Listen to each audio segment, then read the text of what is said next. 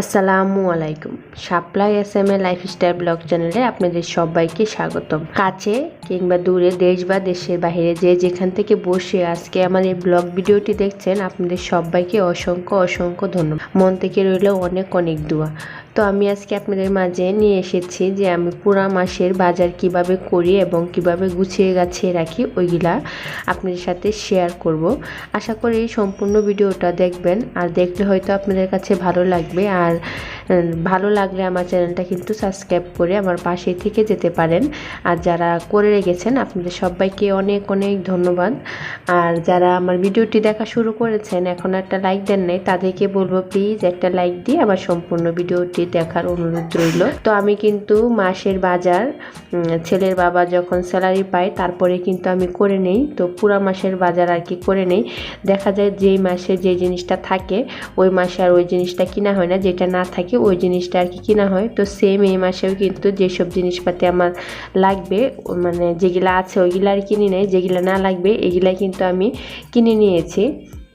তো আমি কি কি কিনেছি ওইগুলো আর কি আপনাদের সাথে শেয়ার করছি। তো বাজার নিয়ে এসেছে রাত্রের বেলা, তো আমি আর কি সব বাজার গাছগুলো গুছিয়ে নিচ্ছি। তো এই জায়গায় অনেক কিছুই নিয়ে এসেছে যেগুলা লাগবেই। আর এই জায়গায় নিয়ে এসেছে ভাতের চাল। আমি চাল কিন্তু বস্তা কিনি না, আমরা কিন্তু খোলাটাই কিনে থাকি, যখন আর কি যতটুক লাগে আর কি মাসে, ওই মাসে অনুযায়ী আমি বস্তাটা আর কি কিনে নেই। আর নিচে যে হলুদ মরিচের গুঁড়া, ধনিয়ার গুঁড়া এগুলা আছে, তারপরেও কিন্তু একদম অল্প অল্প করে আর কি কিনেছি, যেন মাসের শেষে দিয়ে আবার শর্ট না পড়ে যায়। আর নিয়েছি একটা ড্রাগন নিয়ে এসে, ড্রাগন ফলটা কিন্তু অনেক বড় ছিল, তো 1 কেজির একটু কম আর কি। তো এটাও আর কি বার করে নিলাম আমি ব্যাগ থেকে।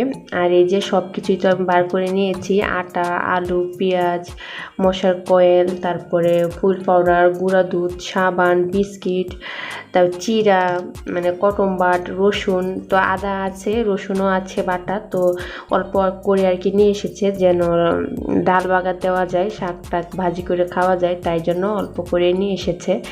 আর অনেক কিছু বাজারই টুকিটাকি করেছে।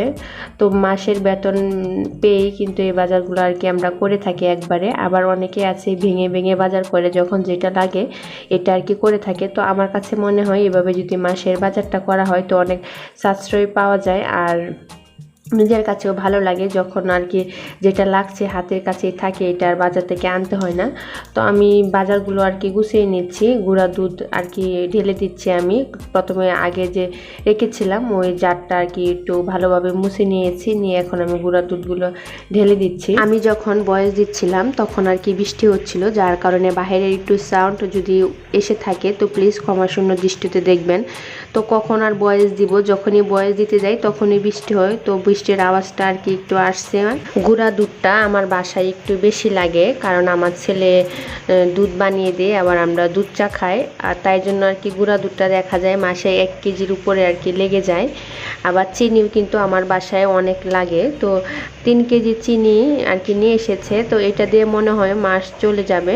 চিনিটাও লাগে, ছেলেকে দুধ বানিয়ে খাওয়ায়, আবার নাস্তা পানি বানাতে হয়, আবার চা খাই আমরা যেহেতু, তো চিনিটাও অনেক আর কি লাগে। আর বিস্কিট নিয়ে এসেছে, তো যেই দোকান থেকে আর কি বাজার করা হয়েছে ওই দোকানে বেকারির বিস্কিটটা এরকম নাই, তো এরকম আর কি এই প্যাকেটগুলাই ছিল, তো 1 প্যাকেট নিয়ে এসেছে। পরবর্তীতে আবার আর কি ছেলের বাপি আর কি নিয়ে আসবে বিস্কিট, তো এখন আপাতত 1 প্যাকেটই এনেছে। তো বিস্কিটটাও কিন্তু লাগে, যেহেতু বাচ্চা আছে বাসায়, ওর ক্ষুধা লাগলে একটা দুটা খেয়ে আবার পানি খায়। তো এইগুলাই আর কি বাজারঘাট। তো যারা আর কি চাকরিজীবী তারা যদি এভাবে মাসের বাজারটা একসাথে করে নেয় তা কিন্তু অনেকটা সেফ হয়।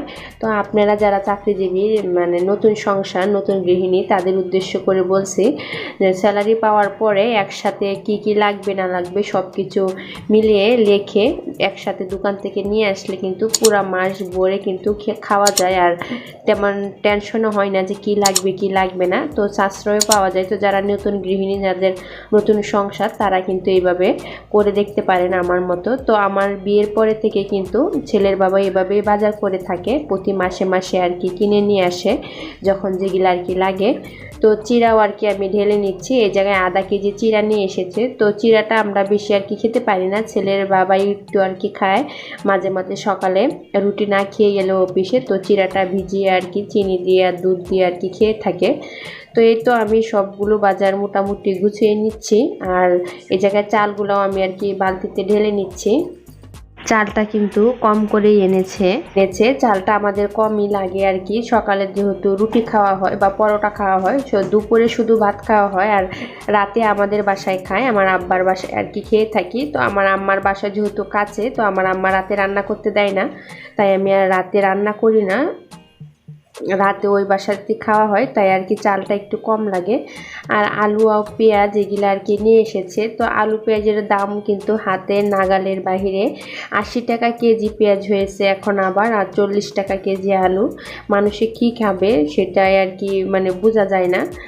আর যেসব বাজারগুলা আমি বক্সে বয়মে করে রেখেছি, আর যেগুলা রয়ে গেছে এগুলা আমি একটা বড় বক্সের মধ্যে করে রেখে দিচ্ছি, যখন লাগবে তখন আর কি আমি বয়মের ভিতরে ঢেলে নিব। যেহেতু এখন বয়মের ভিতরে ঢেলেছি বেশি হয়েছে, আবার আগের মাসেরও কিছু আছে, তাই এখন আর ডাললাম না, এইগুলা এরকম বড় একটা বক্সে করে আমি রেখে দিচ্ছি, যখন লাগবে তখন আর কি আমি ঢেলে নিব। আর এই জায়গায় মুসুরির ডাল নিয়ে এসেছি 2 কেজি। তো ডালটা একটু বেশি লাগে, প্রতিদিনই দেখা যায় ডাল রান্না করতে হয়, ছেলের বাপের অনেক পছন্দ মানে ডাল রান্না। তো যেহেতু দুপুরবেলা ভাত নিয়ে যাবো অফিসে, তো ডালটা আর কি আমি রান্না করে থাকি, রান্না করে আর কি সাথে দিয়ে দেই। তো ওই দিন তো চলে গেছে রাতে, আর এটা পরের দিন সকালবেলা ছেলের বাবা আর কি বাজার থেকে কিছু মাছ নিয়ে এসেছে কিনে। তো দেখা যায় মাছটা কিন্তু লাগে, মাছ ছাড়া কিন্তু ভাত খাওয়া যায় না, যেহেতু আমরা সবসময় মাংস খেতে পারি না, আমাদের মধ্যে যারা মুখভুক্ত আছে তাদের কিন্তু মাংস খুব কমই খাওয়া হয়। তো মাছটা যেহেতু খাওয়া হয় বেশি, তো মাছটা একটু বেশি করে নিয়ে এসেছে, যেহেতু আমরা মাছে ভাতে বাঙালি। তো 2টা ইলিশ মাছ নিয়ে এসেছে। ইলিশ মাছেরও কিন্তু একদম হাতের বাহিরে নাগালের বাহিরে দাম।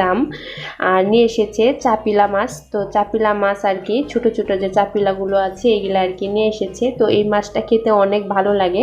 তো এইটা নিয়ে এসেছে 5 কেজি। আর যাত্রাবাড়ি গিয়েছিল আপনাদের ভাইয়া, যাত্রাবাড়ি থেকে এইসব মাছ আর কি নিয়ে এসেছে। তো যাত্রাবাড়িতেও মাছের অনেক দাম, আপনার ভাইয়াও আপডেটে গিয়েছিল যেহেতু, তো আপডেটে একটু দামটা একটু বেশিই থাকে।